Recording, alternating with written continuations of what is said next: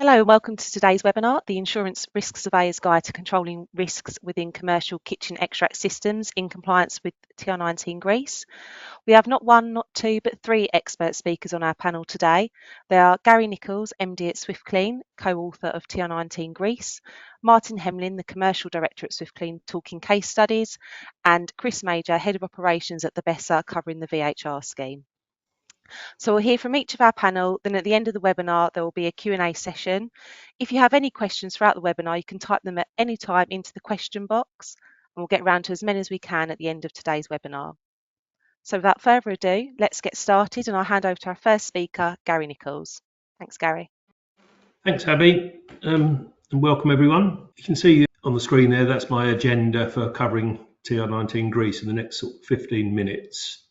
But to the right of the agenda there's a report that was on the London Fire Brigade's website in April this year, and that talks about a fire that occurred in a restaurant which had flats above it in Petts Wood.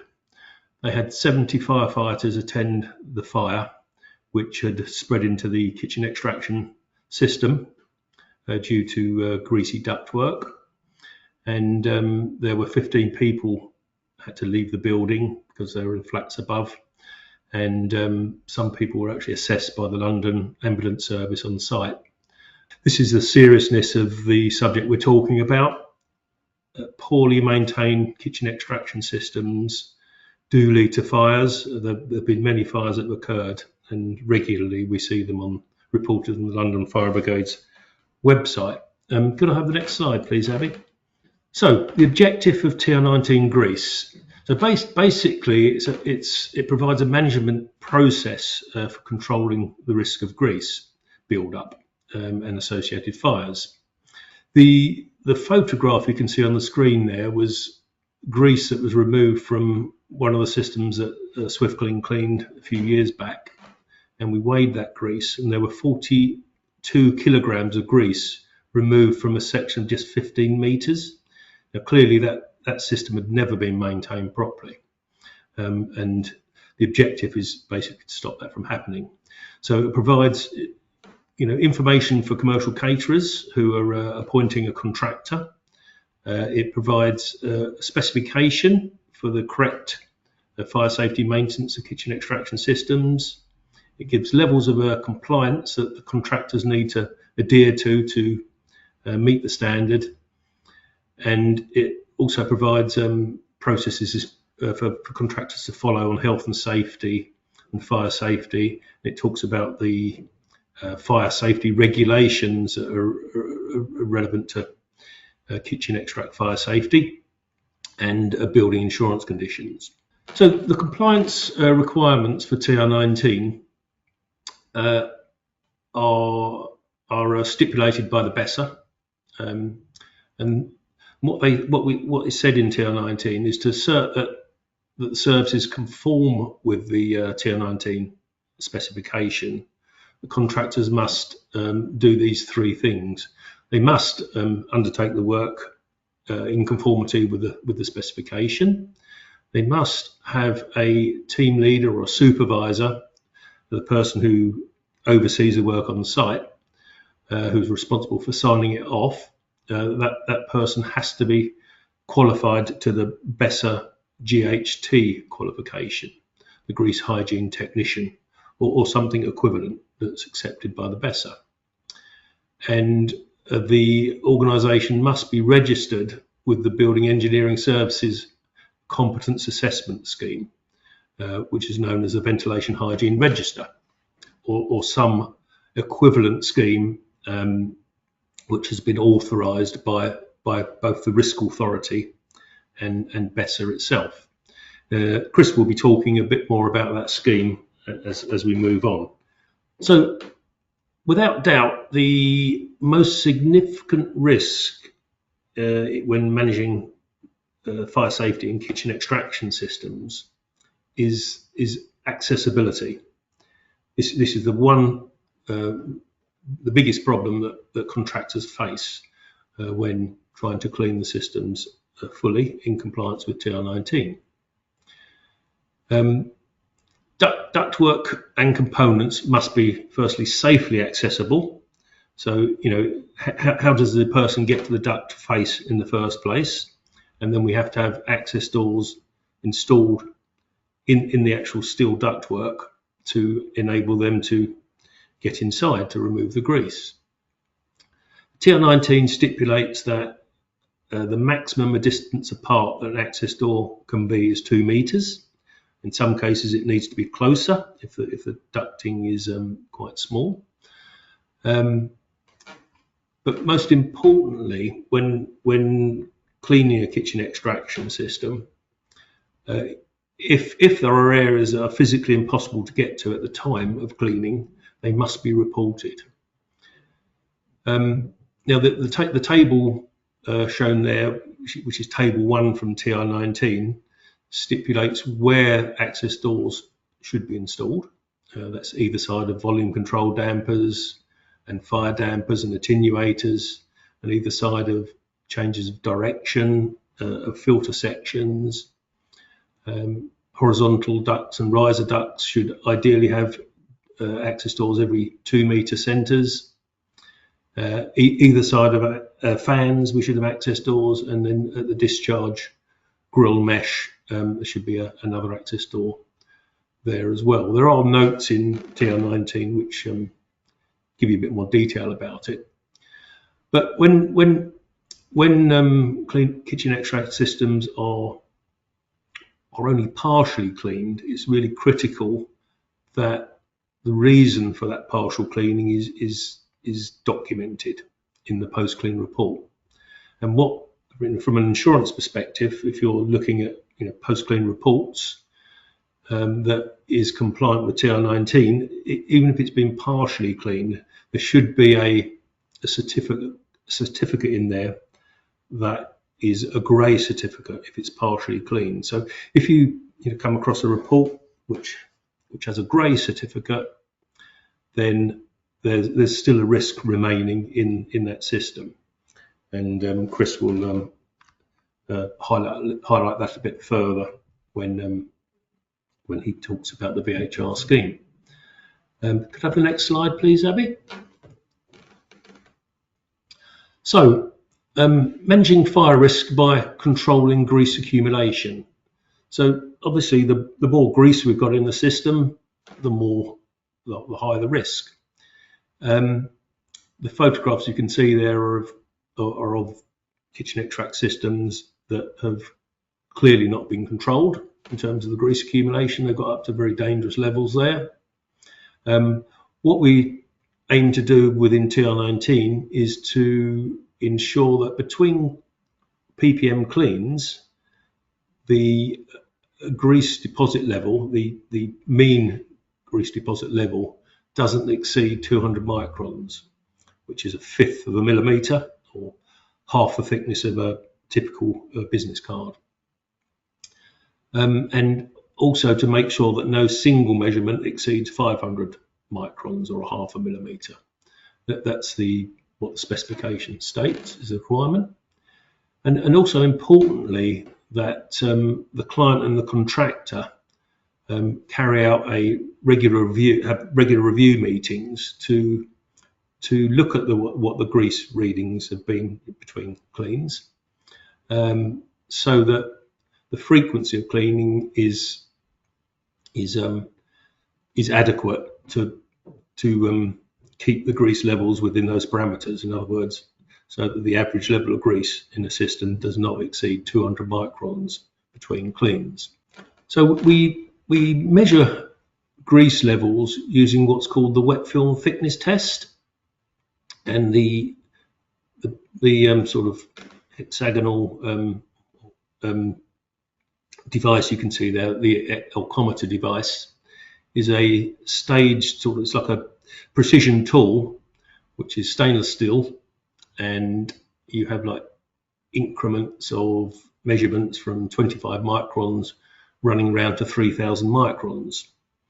And basically a test is taken by scraping the appropriate scale across the grease surface to get your reading. And this is carried out prior to each clean. So prior to each clean, we will take typically 7 readings, sometimes more if it's a very big system, and we will calculate the average across the kitchen extract system. So to define, whether it's within the 200 micron parameter. If it's over 200 microns, then that's not compliant with TR19. So the frequency of the cleaning would need to be adjusted, and that's the sort of thing that would be discussed with contractor and client periodically. Martin will talk a little bit later about the conversations that go on between client and contractor, in terms of a case study. So you can see in the photograph on the the bottom right in the screen there, you can see how the wet film thickness gauge leaves scrape marks in the grease layer, and it's where the last scrape mark appears is where the reading is taken. So this is a what we call the predictive accumulation assessment table. This is table 5 taken from TR19, and what we done here was to produce a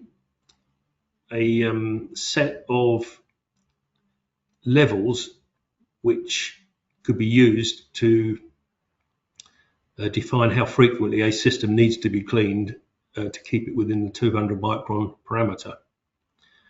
So when we calculate from the grease readings and the number of days since the previous clean how much grease is actually building up per day, and from that we can apply the level to the table. So if, for example, the grease reading per day is an average of 3.4 microns, then you can see on the table that it would need to be cleaned every 6 weeks. So this is what we use to make adjustments to the frequencies, and it's done in this way because that fits in with typical PPM scheduling software to make sure that it will work within the customer management systems as well as controlling the fire risk. But to give you an example, some systems are build up grease so fast that they have to be cleaned twice weekly. For example, we clean a Burger King system at Stansted Airport on the air side. They're knocking out burgers so quickly that the grease is building up to over 29 microns in just a few days. So we are cleaning those systems weekly, twice weekly.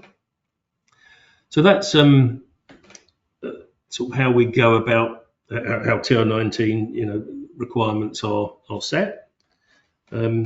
I think we can now I can now hand over to Chris to talk about the ventilation hygiene register. Yeah, I'm here, Gary. Thank you very much, and good morning to everybody. Yeah, I'm going to talk to you a little bit about the vent hygiene register. So first of all, the scheme was developed and launched back in July of 2019.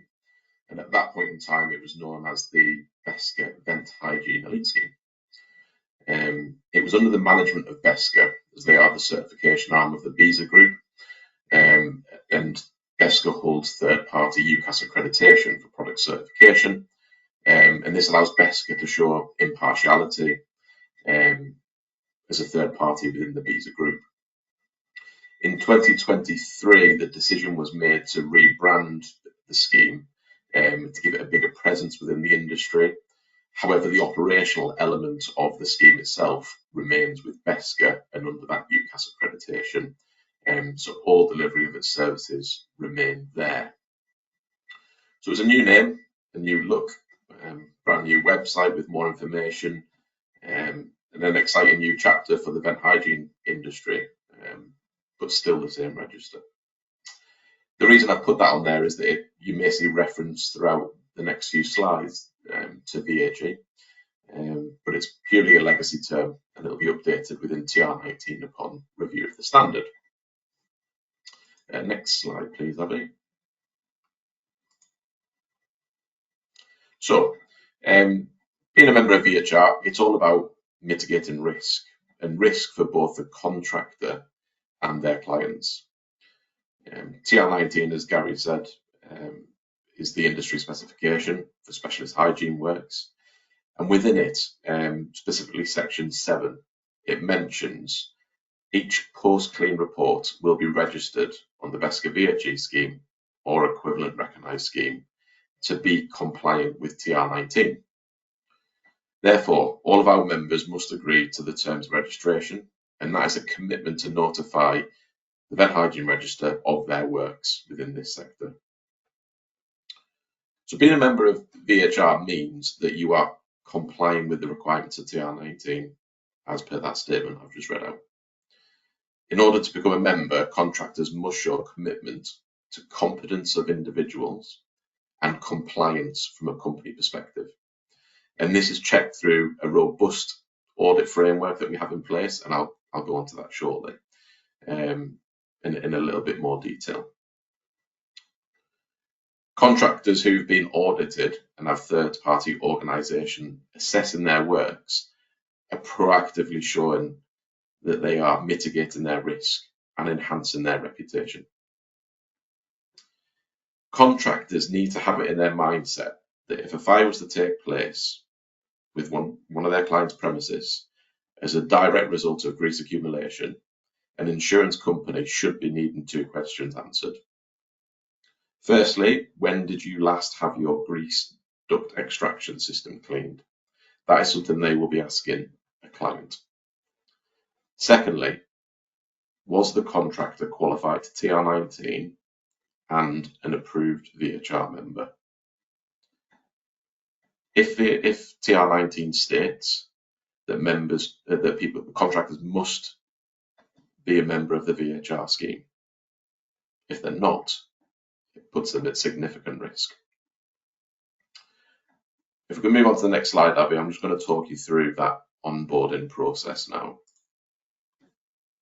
So ultimately, there are 2 different types of audit that our contractors are expected to undertake when joining the Vent Hygiene Register. First of all, it's one that Gary's mentioned there previously. It's what we call the CAS audit, the Competence Assessment Standard. This is a full review of a company's business management practices. So we're looking at things like their health and safety management, their financial management, quality, people management, their professional integrity as a business, and the training, so training of their staff and possibly subcontractors. The second part to that CAS audit is that we do a full technical audit. So this is to ensure that the company, the contractor, can actually do the job that they say they do. And in this case, it's ventilation hygiene. So a contractor's work, people like Swiftclean, for example, will be assessed against a technical checklist that has been drawn up directly from TR19 to ensure that their cleans are done to the right standard and that the individuals carrying out the works are qualified to do so. This audit, so this first audit, the CAS audit, is not to be considered a consultation. We are unable through this audit to guide contractors. So if they are raised non-conformities, whether that's on the business management side or throughout the technical part of their audit, we are not able to support and give consultation. The companies such as Swiftclean, for example, they would be expected to go away and address their non-conformances before they were able to pass that audit and gain certification in full. The second part to that is that once they have got through that audit, a contractor will need to do that again in 12 months' time. So they'll need to have 2 consecutive audits. Once we have done that, we will be able to reassess their risk and determine what their audit cycle will look like thereafter. So, for example, under our audit framework, if a company is deemed high risk through the audit process, they will go onto an annual audit cycle. A company or contractor that is deemed medium risk would go on to a 2-year cycle, and those that are low risk would be considered and put onto a 3-year audit cycle, all of which is subject to change given various different circumstances. So that's the CAS audit. That's a robust, full technical audit that we have in place. Once we get a contractor through that audit, they are then able to join the Vent Hygiene Register. And at that point, they go through what's known as the first 5 process. So this is where a contractor is able to start notifying us of their works. However, they're only able to do that 1 job at a time. So this job will be notified to us, this work, and it will have attached with it a post-clean verification report. And this will be checked by one of our auditors to ensure that it complies with TR19 Section 7. And once we're satisfied that this is the case, we will release a certificate of conformance to the contractor that can then be passed on to their client. This process of notifying works, 1 at a time, will remain in place for the first 5 works that they complete with us. We do this to ensure that we have consistency within the reporting. And once we are satisfied that we have consistency, we will then make the contractor an approved member of the scheme. And at that point, they're able to freely notify their works without auditor approval and without having the need to upload their post-clean verification reports at the same time. We do, however, randomly sample those approved members and their PCVRs to ensure that the standard remains. And this, again, is done via a risk-based approach. So they're not just left. The difference between this audit process and the CAS one that I spoke about previously is that throughout this process, we are able to support the member, and we're able to support them to ensure that their reports are fully compliant with TR19. So it's a member benefit. We will take their post-clean verification report, the auditor will assess it, and we will provide feedback at that point to say, this is where you have gaps. This is what you need to do to ensure that your report meets the standard, and we can therefore certify you. On to the next slide, please, Abby.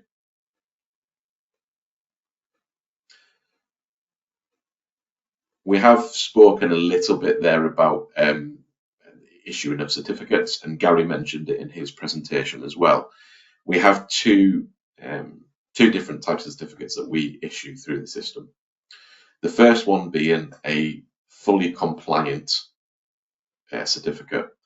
So this is the certificate you see on the left-hand side.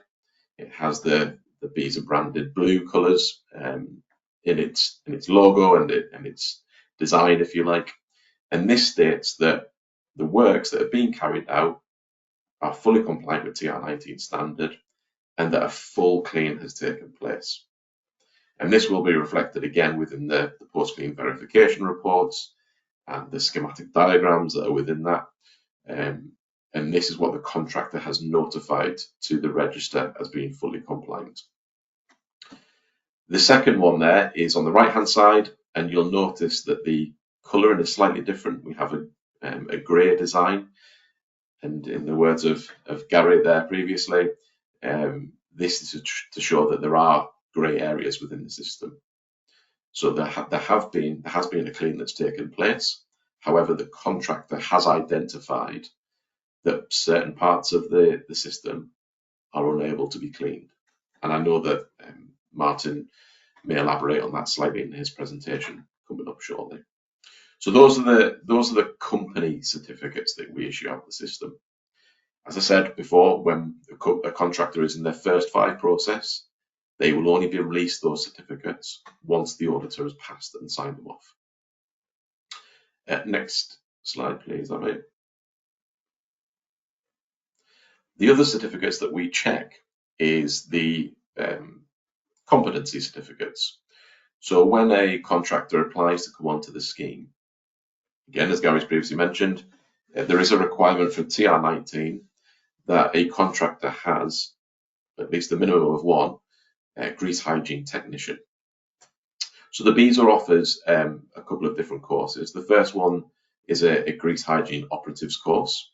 That is for those individuals who are working for contractors and are carrying out the works. Second to that, there's a grease hygiene technician course, and that's the second certificate you can see on the right-hand side. That is those individuals that we have mentioned that will be not only working on the systems, but signing the system off to say that it is compliant with all the requirements of TR19. So that certificate is something that we look for and make sure that companies throughout the audit process and the onboarding process have evidence of individuals with a grease hygiene technician qualification. Next slide, please, Lavin.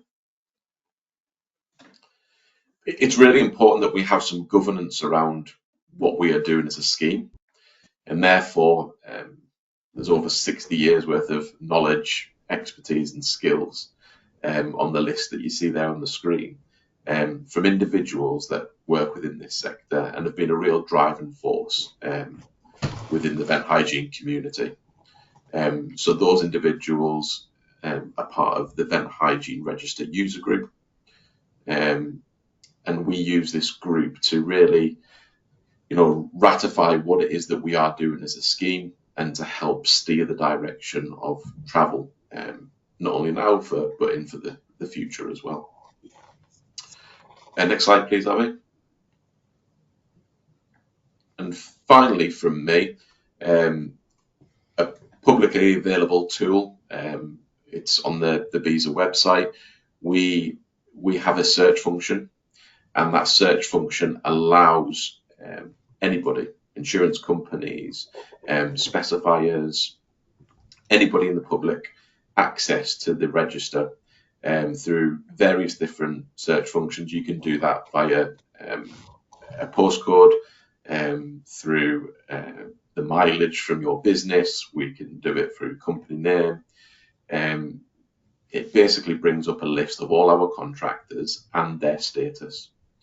So if you are an approved contractor on the register, it will show you as an approved contractor. We have some companies that are going through that audit process, and perhaps the first 5 process. They clearly show that they are in that process and awaiting approval onto the scheme.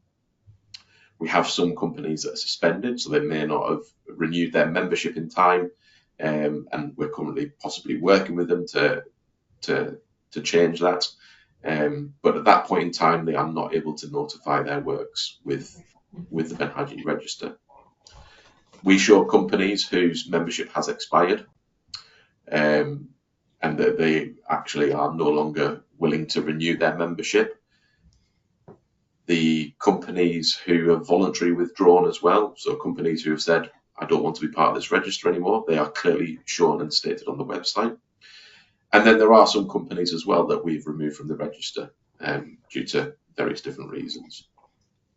So those statuses that you'll see on the right-hand side there, they will remain visible on the register for 3 months from the point of being put within that status. Okay, that's from the Vent Hygiene Register perspective. That's it from me. I'm now going to hand over to Martin. Are you available, Martin? Yeah, thanks, Chris. That was interesting. I can't believe how much it's changed over the last 25 years since I started in the business, where we used to get a mop and bucket and go out there, and now we've got a lot of great help and support from not only BESA but other organisations. So good morning, everyone, and welcome to my section, which is on the case study. I want to talk about a contract that I took over in January 2023 and sort of talk you through how we've got them from where they were to where they are now, which is almost fully compliant, and I'll run through. So could you pass the next slide on, please, Abby? So this company has 59 sites throughout the UK and approximately 200 different restaurants on their sites. And they came to Swiftclean because they were having issues with accessibility and they weren't getting full certification under the TR19 certification from BESCA. So we sat down and we tried to work through why they thought they weren't getting full cleans.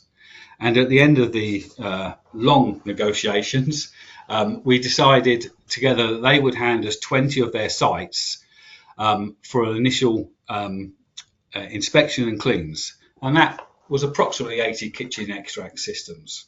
And they were currently being cleaned between 1 and 4 times a year, depending on the amount of grease that was going through. And we started to work on that. So next slide, please, Annie.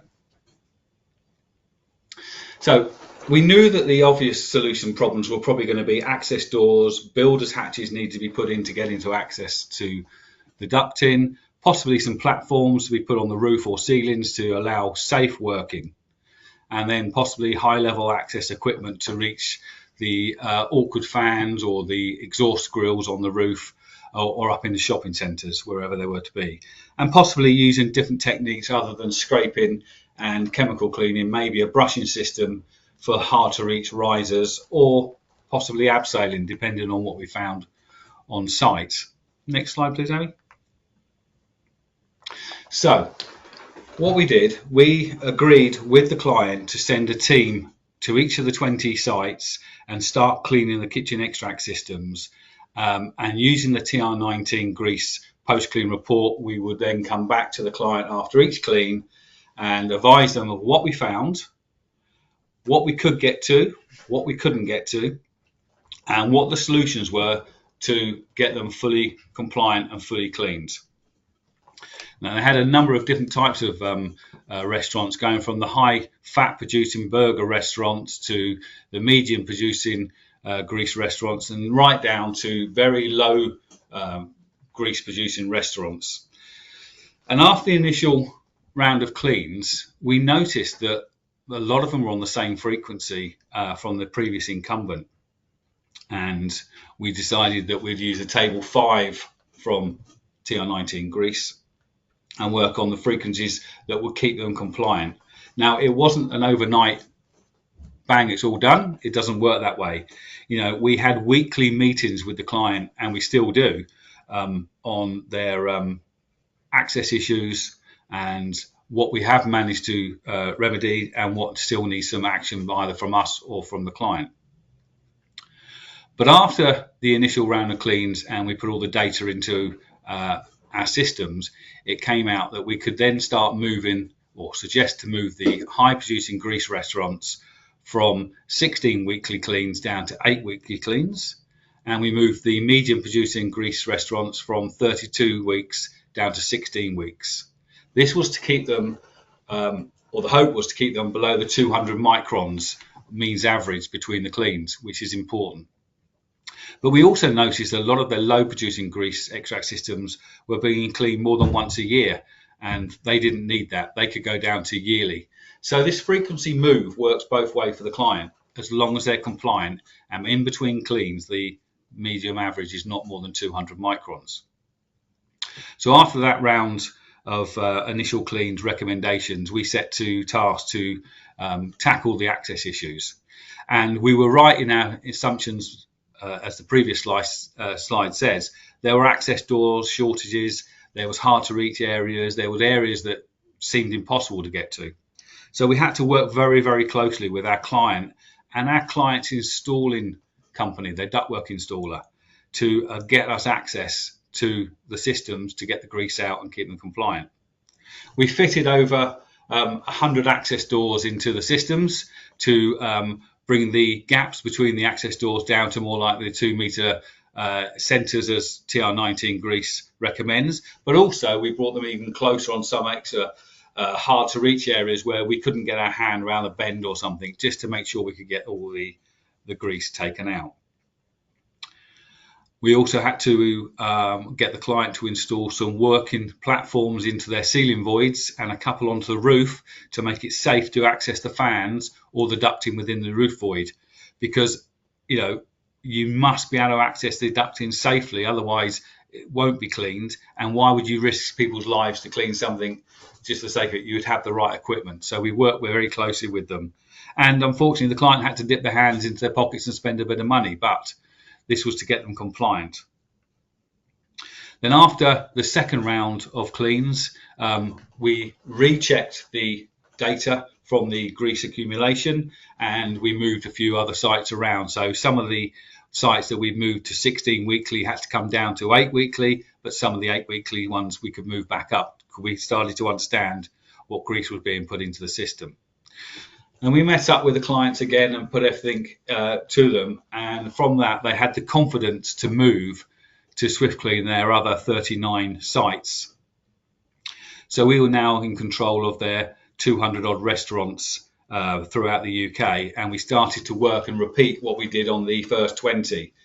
And it took us to the end of 2023 and the beginning of 2024 to start seeing a massive difference. And we've now got them to the point where we've got them 98% fully accessible. The remaining sort of 2% on their portfolio is because we can't physically get there. So what we're now doing with them is working together with their ductwork installer to reroute the ductings. But that's not an easy thing. You can't just suddenly stop cooking in a restaurant like that. So what we do is we maintain the systems they've got now and get out the grease as much as possible. And over the next 6 months, we're going to work with the ductwork installers to change the routing of the ducting. And that's when we can help them as well, because we can sit down with the installer and the designer and we can tell them where we need the access points put in. And it's important not just put the access point in, but get the right size of access point. There's no point putting a 200 mil rectangular access door into 1,000 mil ducting. You want as big as possible. The bigger the door, the easier it is to get the grease out. So we can work with them on the new designs and make sure that they're installed at source. And then when delivered and fitted to site, they're already there. And then we can actually start making sure that we can get them to 100%. But what I really enjoyed about this client here is that throughout all the pain that we did give them, and we've got them systems compliant, they invited us to one of their staff charity dues. And we met some of the higher up directors there of this organisation, and they actually said, and I quote, that they sleep better at night now knowing that most of their systems are fully cleaned, and we're working towards the last 2%. And we've reduced the risk to not only the buildings, their staff and the public that use them, but also to their brand. It's all about protecting their brand. So it sounds like we've got a happy client there moving forward. But it's never easy, and it's not just one fix. We have weekly meetings still with the client. We clean on average about 10 of their sites a week throughout the course of the year now, and we make sure that we have a meeting with the people that need to know from our client where we are we still getting them fully accessed? Has anything changed? Are they putting more grease in, less grease in? And then we can work on changing the frequencies where need be. Because where we can try and save the client money by reducing the frequency, that's fine, as long as they stay compliant. And it's been a real task to get them to where they are. But I think they really appreciate it. We prove that we can actually work and get clients with difficult sites and high producing grease compliant, as long as you follow the TR19 and use a bit of the experience that we've got in companies like such as Swiftclean, where we've got a lot of experience. Abby, can we go to the next slide, please? And this is just how we help reduce the risk of their properties. Top left-hand corner, it's about the access doors, as Gary went on in his presentation part. It's important to get the right size in the right location for the access doors. I've got square and rectangular there, but there can be circular access doors. Where a lot of cleaning companies and contractors in the past have shied away from, we have to work in a safe environment. So sometimes we've had to recommend a working platform be erected and left on site, or one that we take there and we use when we want to clean the systems, either whether it be on the roof or in the roof void. The top right hand corner is a builder's hatch. Sometimes the ducting is out of sight, sometimes out of mind as well. But we need to get to it. So where there's a ceiling or a wall that we know the ducting is running past, we can put a builder's hatch in so that the staff and the public won't know what's behind it. But when we need to access the actual ducting to remove the grease, we can actually easily access it through the builder's hatch and then the access doors. And then bottom left, you've got things that we use like that's a nifty 50, or it's a cherry picker in other words, where we have to get up to the exhaust grill or the roof ducting or the fan, and we haven't got a safe access onto the roof. So we will use motorized mechanical equipment to help us get up there safely to clean. And in the middle at the bottom, you've got the, as everyone probably knows, the mobile working platform that we carry around or get delivered to site that helps us get up to certain parts as well. And then the bottom right hand corner is really sort of like the modern equipment that we can use, and these are brushing systems. These are rotating brushes that we can set into help clean sort of risers that we can't quite get to, or ducting that's just going around a corner. We've got a solid wall and we can't break into. So this will go through and we can use different types of brushes to take off the worst grease first, and then we can put different types of brushes on to start taking the lighter grease off as we go through. But it's always got to be followed up with either a photograph or video that prove that that section was cleaned, so you can demonstrate it in your report. And then it's all back to the report writing, and this is where this client is grateful and wants to go through. We go through each of their reports with them to make sure that they're fully compliant, and where they're not in that 2% of their portfolio, we're still working to the solutions. So that's just one way that we've helped one of our clients. And over the 43 years Swiftclean have been offering these types of services, we've helped to get thousands of clients compliant. But it doesn't mean that you all have to have these 59 sites with 200 extra restaurants. It can be one site, one restaurant will still do the same. And likewise, other BESA members would do as well to get the compliant, reduce the risk and stop the potential of fire spreading throughout a building. And that's the end of my presentation, Abby.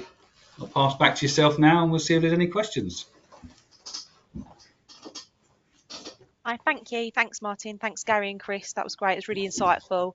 I hope everyone found that helpful. Like Martin mentioned, it's interesting to see how the industry has developed and continues to develop, which is great. We'll start on our Q&A session now, so as we have received a few questions. Just a reminder, if you do want to ask a question, if you just pop it into the question box, we'll pass it on to one of our panelists. So got one for you, Chris, to start off with. So what causes BESA to remove someone from the register? Yeah, thanks, Abby, and really good question. There's a number of different reasons, in all honesty, that we would remove somebody from the register. So it might be that they are non-engaged with either one of the audit processes that I mentioned in the presentation before. So whether that's the full CAS audit or the request for a random sample of their post-clean verification reports. If they're unable to provide those or interact with us on that, we may remove them from our register. We may be looking at something being complaint triggered, for example. So we may get a report in from Joe Public, a client, another contractor, for example, that highlights some works that are not compliant with TR19. And if the contractor is unable to or willing to work with us to put those right, then we would remove those from the scheme. So, and finally, actually, the scheme is there for active participants notifying their works. So if we've got a member, and we have had this before, where a member has joined, they've gone through the audit and the onboarding process, and they've then got a certificate of membership, ultimately our logo that they can display on their paperwork, but then they stagnate, they don't actively notify their works thereafter, we would remove them from the register. We want people on that actively notifying their works, not just on for our logo. So various different reasons, I think. Great, thanks, Chris. Gary, next question for yourself. How quickly would you expect a report to get to a customer post-clean? Well, to comply with TR19 Greece, one has to get a report to the customer within 30 days. But in reality, we try to get the reports out as quick as possible. Our average turnaround time on reports is now 4 days as a business. But importantly, if there are access issues, they ought to be reported ASAP, particularly if it's an access issue, near to the point of ignition, if you like. So around the canopy area, if you've got some difficult to access areas there, then that should be reported, outside of the completion of the post-clean report, because sometimes there are conversations that need to take place between our sort of office people producing the reports and the site supervisors to clarify information. But ultimately, as soon as possible, where there are access issues, we achieve 4 days currently, but TR19 requires it to be submitted within 30 days. Lovely, thanks, Gary. Next question for yourself, Martin. How do you record a partial clean within the report, not as just shown on the certificate? Yeah, okay, thanks, Abby. Yeah, so on the report, you'll have various pages through it. So you need to identify, has the system been cleaned 100%? If not, what percentage of the system has been cleaned? And there's a box on the template of the post-clean report to put in 50%, 80%, 90%, whatever. That should also be backed up with photographs of the areas that you couldn't access. And then in the recommendations, there should be, you offer a solution if there is an easy, quick fix solution. If not, you might put something down as much as that we need to meet on site to discuss with a ductwork installer. But you cannot not just say, we couldn't clean it all, go away and find a solution. You've got to offer a solution. We're the experts in the business. All the people who've gone through the GHT, the GO course, they know what they're doing. They can offer a solution. And if it's not an immediate one, when we can sit down with the client and their ductwork installers and offer that. But it's important that it's on the report, not just given a partial clean certificate. And as much documentation of photographic evidence as well to back it up. So it gives the client something that they can work with straight away. But as Gary said, sometimes the inaccessible area is probably one of the most higher risk areas, like the plenum, and Gary said, behind the filters. If they're not being cleaned or can't get to all the canopy chutes, then don't wait for the report. Phone the client, get the discussion made straight away, and try and get a solution as soon as possible. Because if you're waiting up to 30 days, as TR19 Greece says, then that could be 30 days too late. They could cause and have a problem. We're not talking about the kitchen grease starting the fires. It's actually spreading the fires around the building and fueling it. So much grease can be taken out in the first visit. Great. If it can't because there's inaccessible areas, then make sure there's a solution to get there to reduce the risk even further. Right, thanks, Martin. Another question for yourself, Gary. I think what do you think of UV cleaning systems?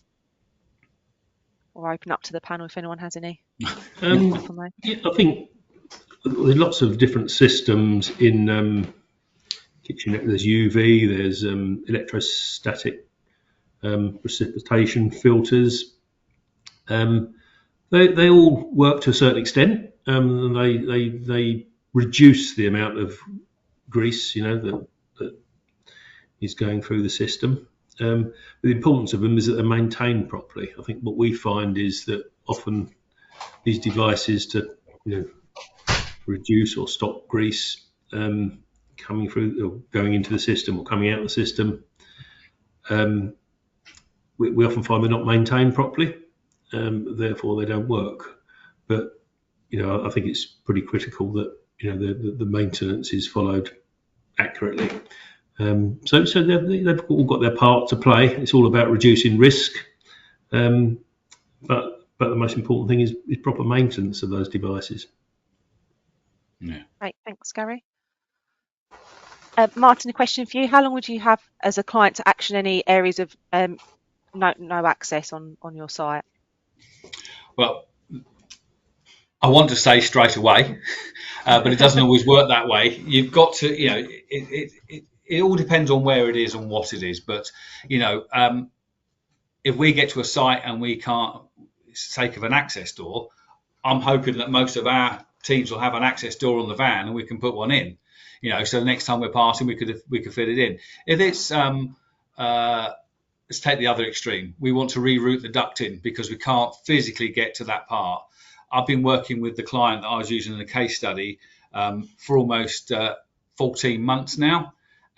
They can't just suddenly close a business down and reroute the ductwork. It takes a long time. So what we've done, we've put in extra measures to make sure the safety's there, that when we go and clean, we clean as much as we can. We use our brushing systems to the blind bits we can't see to reduce the risk down. And then we have an audit done by, well, the client has an audit done by an independent just to make sure that what we're saying is correct and that the build-up in the areas aren't as, you know, dramatic as what it could be. But I would say that most standard solutions should be done within 30 days, if not quicker, because an access door, it takes half an hour to an hour to fit, and then the cleaning time from that on top maybe another 10 to 15 minutes, depending on how big the section is. So it's not as if we're talking about, you know, days and days of work. It's normally quite a quick fix for simple things, an access door. Okay, thanks, Martin. I think they're all the questions that we've received so far. So I just wanted to finish today by just saying a quick thank you for those who attended. We will be sending a recording out of today's webinar. And so if you do have any further questions or think of any more questions after that, just please get in touch and we'll try our best to answer them for you. But thank you all. Yeah, thanks for listening. Thanks. Thank Thank you. you. Thank you.